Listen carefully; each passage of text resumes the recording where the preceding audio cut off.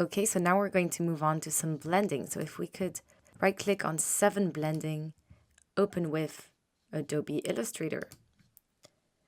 So we've briefly covered blending on the first Adobe Illustrator introduction course, the blend tool, but we're going to look at other ways we can use the blend tool to enhance our graphics and essentially create some really cool things.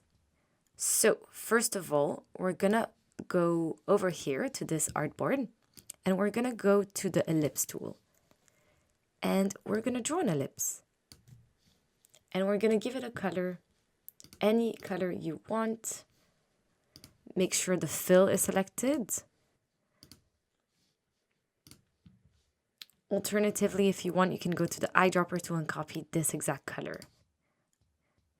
Okay, so repetition, the way to use the blend tool is you can now hold on the Alt or Option key and drag this one over here and hold down the Shift key so it's straight. And then if you want to create a blend or replication of these two, you can go to the blend tool, which is over here, W. And what you can do is click on this one, click on that one, and voila, it's blended. Now to change the amount of blending, you can double click on the blend tool and select specified steps and reduce the number of steps. And voila. Now let's do this again. So we're going to go to the ellipse tool and we draw an ellipse. And this time, instead of drawing an ellipse, we're going to draw a star.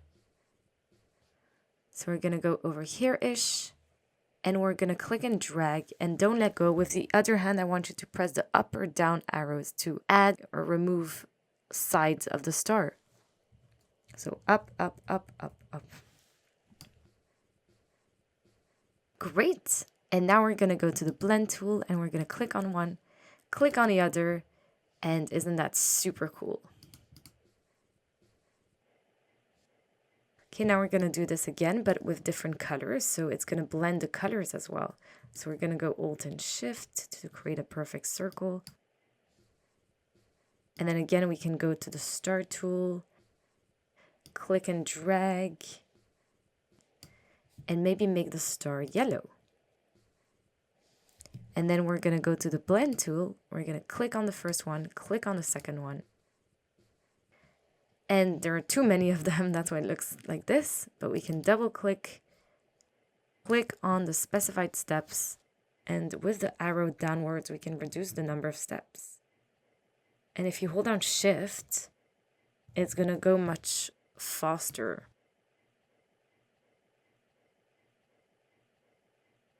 And voila. Okay, now there are other ways to use the blend tool. You can create these sort of cool shapes by going to, let's say, the star tool. You can draw one star here, maybe in a border. So swap these around, add a stroke. And then you can draw another star over here, let's say. But you can make it that color. So if you go to the eyedropper and select the stroke and hold on the Shift key and click, this will copy just the color and not the fill. Because if you don't hold Shift, it will copy the fill as well. If you hold on the Shift key and you click, it will copy the color. Then you can move this by going to the selection tool, select both, and move it over here. Now in terms of the blend tool, you can click on the blend tool, click on this one, click on that one, and whoa, that looks so pretty. I love this. If you didn't want this though, you could go to the blend tool and you could again go to specified steps and reduce the number of steps and hold down the Shift key so it goes faster. And you can reduce the number of steps, which is super cool. And if you like the way it is, you click on OK. So there are so many little graphics that you can create using this. you can also create a sort of 3D shape. If you go to the rectangle tool, let's say, you could draw a rectangle and then you can draw, let's say, another rectangle here. And then you can go to the eyedropper tool and copy that color. And maybe you can add a little border as well. Maybe a little border on this one. And now if you go to the blend tool and you click on this, click on that. It can look a bit weird, but then go to the blend tool, go to specified steps and reduce the number of steps, and then it can look pretty cool.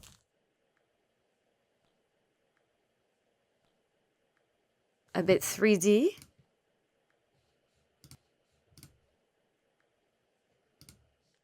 Okay, so that was nice. Moving on to some more blending option, but this time for text.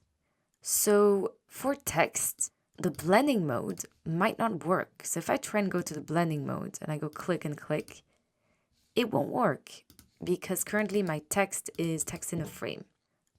And the blending mode only works with shapes. And so what we need to do is convert our text into shapes. And we do that by using our expand option, which we've used earlier. So if we select both text frames and we go to object, expand, it's going to ask us if we want to convert it into an object and a fill. And we say, okay. Now these are objects, they're shapes. And now if I go to the blend tool, I click on the yellow, click on the pink, there we go. And again, if you want to customize this, you double click on the blend tool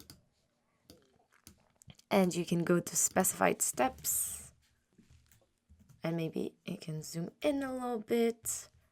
Start with 1 just to see how it looks, and then you can increase by pressing the upward arrow on your keyboard. And that is beautiful. And you click on OK. And selection tool, click away, and that is your blending mode for text. Now we're going to look at a couple of other blending options. So what we can do is go to the type tool and click and drag, and we can type another piece of text, blend. Highlight your text and make the font bigger. You can use any font you want as usual.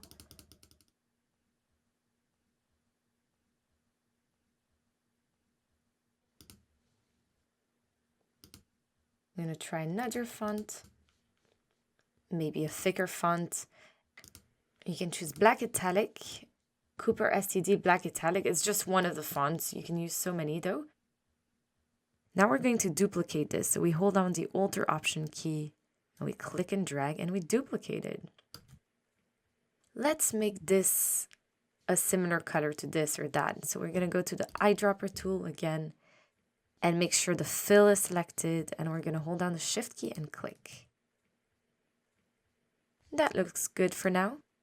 Now we're going to go back to the blend tool, but did I forget something? Let's see if you remember. I need to expand this text because currently it's text and we need to convert it to a shape. So we go to Object, Expand, to Object and Fill, and you click on OK. And now we can use the blend tool by clicking and clicking. And that looks super beautiful. But if we go to the blend tool, we double click. Again, as usual, we can modify this, creating more and more. If I zoom in a little bit, you can see better. Double click, specified steps, and more and more and more and more. You can create this very cool kind of 3D effect.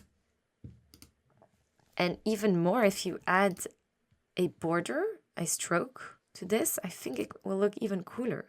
So if you select stroke and you click on this, yeah, look at that. That is super cool. So there's so many ways of creating a sort of blending effect, a 3D effect, and a gradient effect.